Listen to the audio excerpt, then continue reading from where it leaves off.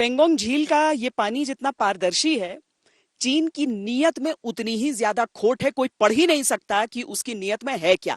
अब अगर समझिए कि चीन और ताइवान के बीच युद्ध होता है, यानी चीन ताइवान पर आक्रमण करता है, तो सीधे तौर पर यह चीन और अमेरिका के बीच युद्ध होगा। और अगर ऐसा हुआ तो पूरी दुनिया दो खेमों में बंट जाएगी।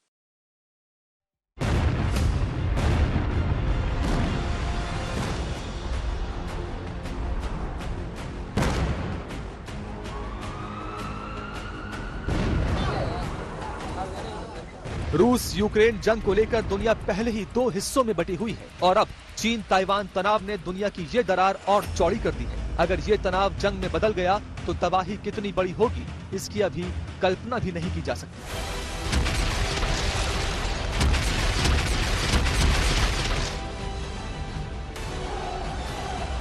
रशिया और यूक्रेन में भी जो लड़ाई चल रही है, दुनिया भर में जो थोड़ा इकोनॉमिक का क्राइसिस भी बढ़ रहा है, कोविड से भी पूरी दुनिया अभी जो लड़ाई कर रही है, इन सब चीजों के बीच में एक ये नया मसला जब खड़ा होगा तो इसमें अंतर्राष्ट्रीय समुदाय के लिए बहुत बड़ा मसला है। और जब इसमें इन्वॉल्वमेंट सब नेशंस का हो जाएगा तो ये भी एक मिनी वर्ल्ड वॉर से कम नहीं होगा।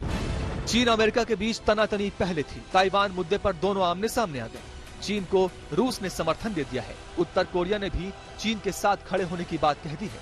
ताइवान के साथ अमेरिका खुलकर आ चुका है, यानी 3 परमाणु संपन्न शक्तियां एक साथ हैं। अमेरिकी पार्लियामेंट स्पीकर नैन्सी ने ताइवान की धरती से लोकतंत्र और निरंकुशता में से किसी एक को चुनने का आह्वान दुनिया से करके एक नई गोलबंदी का संकेत दे दिया है।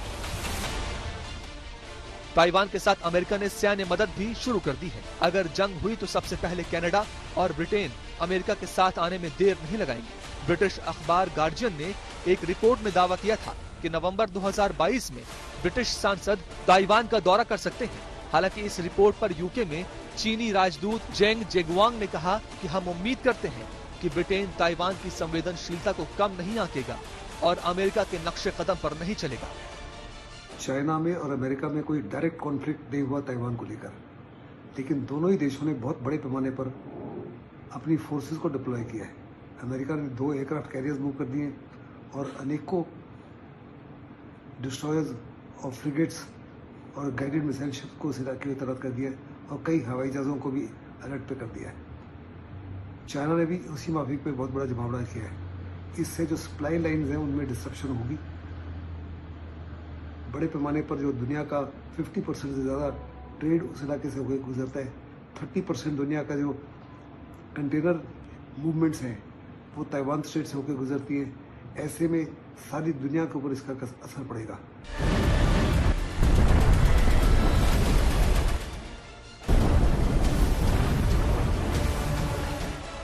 लेकिन जिस तरह रूस यूक्रेन युद्ध के समय दुनिया साफ साफ 2 खेमों में बटी थी, वो हालात बनना इतना आसान नहीं होगा, क्योंकि कई नाटो सदस्य देशों के संबंध चीन के साथ काफी गहरे हैं और ताइवान पर अमेरिका को बड़ा समर्थन भी मिलना बड़ी चुनौती है।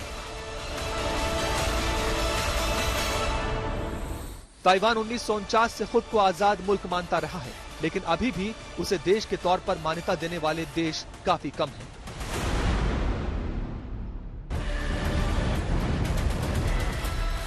जिस तरह रूस यूक्रेन युद्ध के दौरान भारत दुनिया की कूटनीतिक राजधानी बन गया था, इस बार फिर दुनिया की निगाहें भारत की ओर होंगी।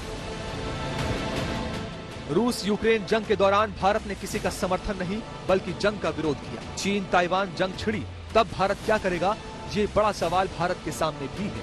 हालांकि भारत के ताइवान के साथ डिप्लोमेटिक रिश्ते नहीं है और काफी पहले वो चीन की वन चाइना नीति का समर्थन करता रहा है। लेकिन पिछले 1 दशक में भारत का रुख चीन को लेकर धीरे धीरे बदला है।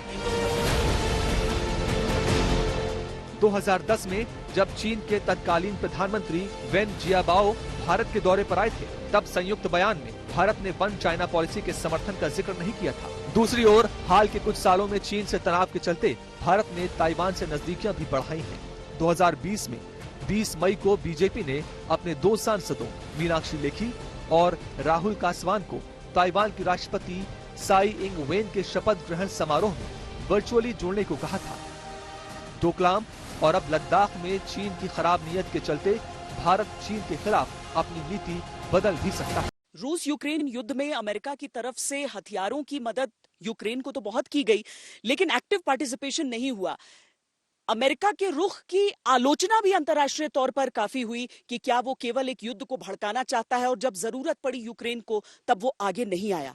पर अगर ताइवान की वैसी ही स्थिति होती है तब अमेरिका क्या करेगा? अमेरिका की तरफ से किस तरह के दावे किए जा रहे हैं और अंतर्राष्ट्रीय समुदाय ताइवान के हक में क्या कर सकता है?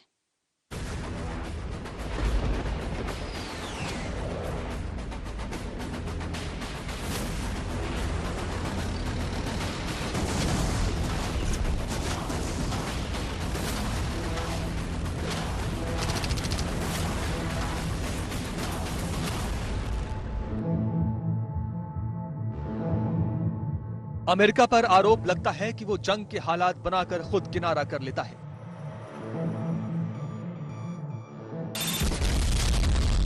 हाल ही में रूस यूक्रेन जंग के दौरान ये बात और भी प्रमुखता से कही। अमेरिका ने यूक्रेन को हथियार और मानवीय सहायता तो दी, लेकिन खुद युद्ध में खुलकर साथ नहीं आया।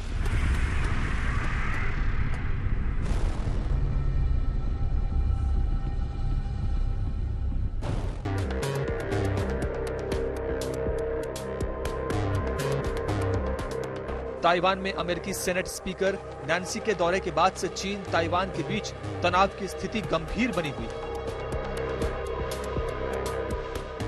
एक जरा सी चिंगारी पूरे इलाके को जंगी आग में झोंक सकती है।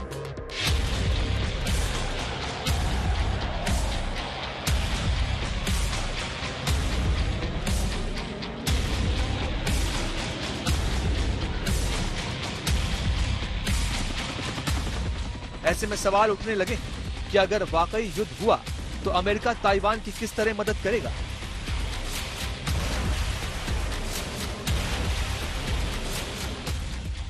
अमेरिका ताइवान की मदद यूक्रेन की तरह सिर्फ हथियार देकर करेगा?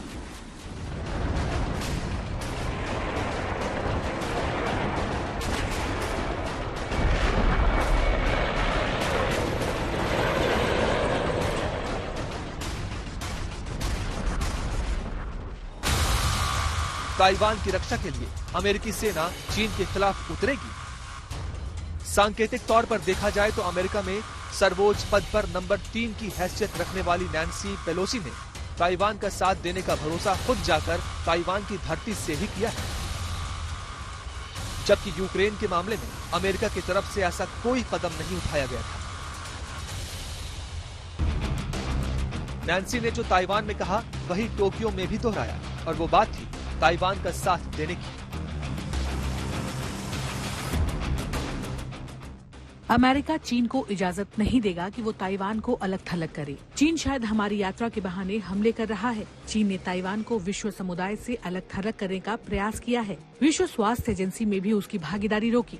हम उसे ताइवान को अलग थलग करने की अनुमति नहीं देंगे।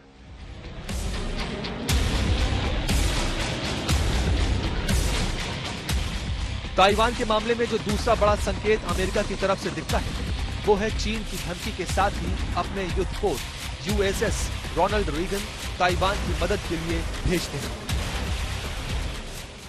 जहां तक अंतर्राष्ट्रीय समुदाय की बात है तो चीन को रूस के साथ अपने आर्थिक गुलाम पाकिस्तान का और मजबूरी में फंसे श्रीलंका का समर्थन मिल चुका है, जबकि अमेरिका की तरफ से अभी साथी देशों के पत्ते खुलना बाकी है।